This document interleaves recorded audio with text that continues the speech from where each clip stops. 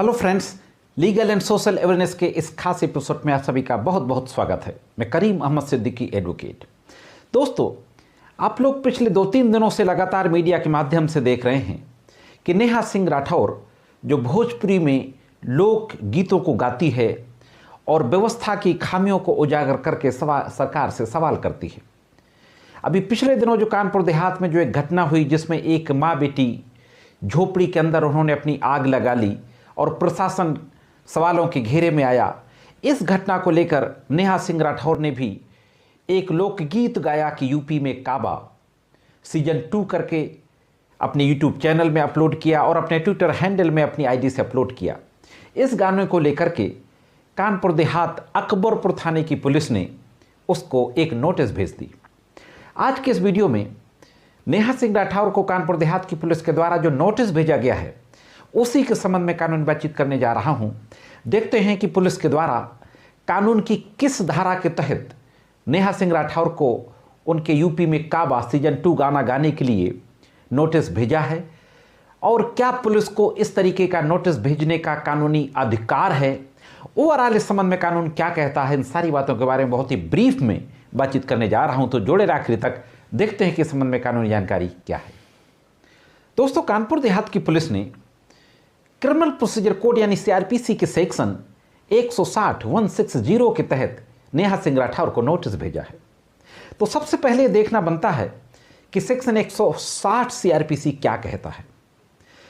Section 160 CrPC criminal procedure code के chapter 12 का एक सेक्शन है, जिस चैप्टर में संज्ञेय अपराधों की इंफॉर्मेशन यानी एफआईआर दर्ज करने, पुलिस अधिकारियों को संज्ञेय अपराधों की एफआईआर पर विवेचना करने, गवाहों के बयान लेने, ये तमाम शक्तियां दी गई हैं। उन्हीं में से एक सेक्शन है 160। सेक्शन 160 कहता है कि विटनेसेस की अटेंडेंस को अपने सामने इंश्योर करने की पुलिस अधिकारी की शक्ति। मैं आपके सामने सबसे पहले उस सेक्शन को पढ़ता हूं, इसके बाद फिर आगे बात करते हैं। Any police officer making an investigation under this chapter may by order in writing require the attendance before himself of any person being within the limits of his own or any adjoining station who from the information given or otherwise appear to be given acquainted with the facts and circumstances of the case, and such person shall attend as so required। तो देखा आपने 160 का मतलब सीधा सा ये हुआ कि कोई पुलिस अधिकारी जो इस अध्याय के अधीन विवेचना कर रहा है वह अपने थाना क्षेत्र की सीमाओं के अंदर या पास में लगे हुए थाना क्षेत्र की सीमाओं के अंदर किसी ऐसे व्यक्ति को जो उस घटना के तथ्यों और परिस्थितियों की जानकारी रखता है, उससे परिचित है, उसको अपने समक्ष उपस्थित होने के लिए अपेक्षा कर सकेगा लिखित में आदेश करके।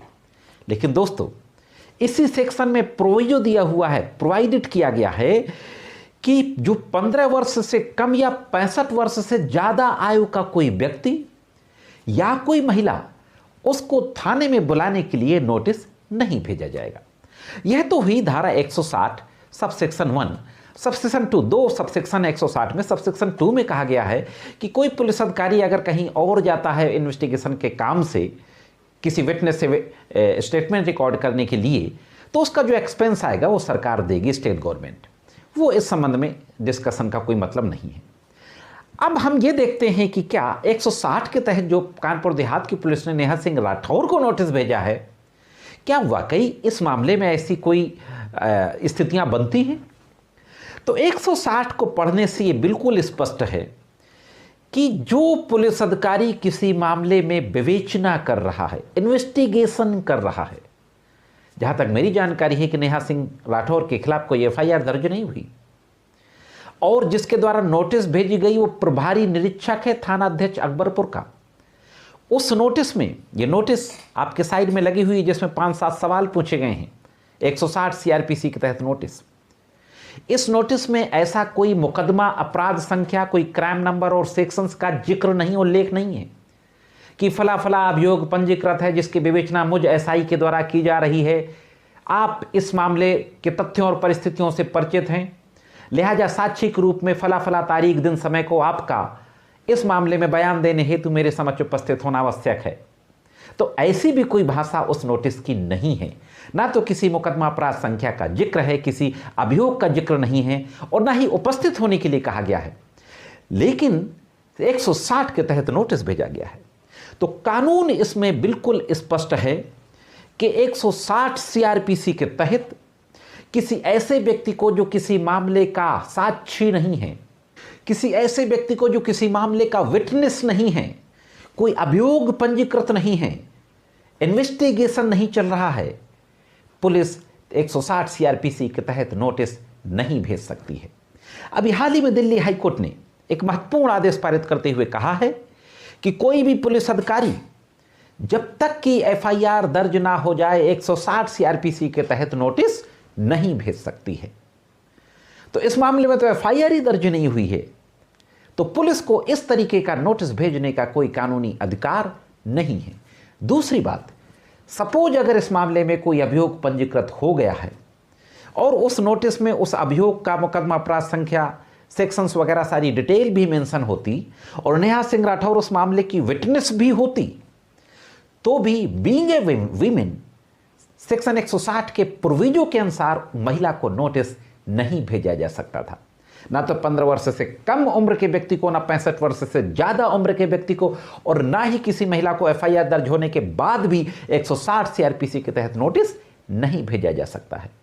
तो इस मामले में अगर कायदे से कानूनी कार्रवाई की जाए तो कानपुर देहात की पुलिस को लेने के देने पड़ सकते हैं। दोस्तों साथियों, यह पुलिस के द्वारा किया गया पूरा कृत्य गैर कानूनी है।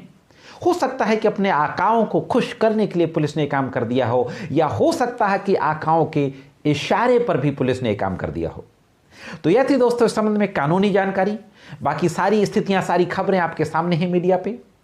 मैं समझता हूं कि इस वीडियो में जो जानकारी दी गई वो जानकारी से आप जरूर सेटिस्फाइड हुए होंगे। जानकारी कैसे लगी कमेंट्स करके जरूर बताएं। आज की वीडियो में सिर्फ इतना ही। मिलते हैं किसी अन्य वीडियो में कानून की कुछ अन्य जानकारियों के साथ। तब तक कानून की विभिन्न तरीके की जानकारियों के लिए देखते रहें लीगल एंड सोशल अवेयरनेस।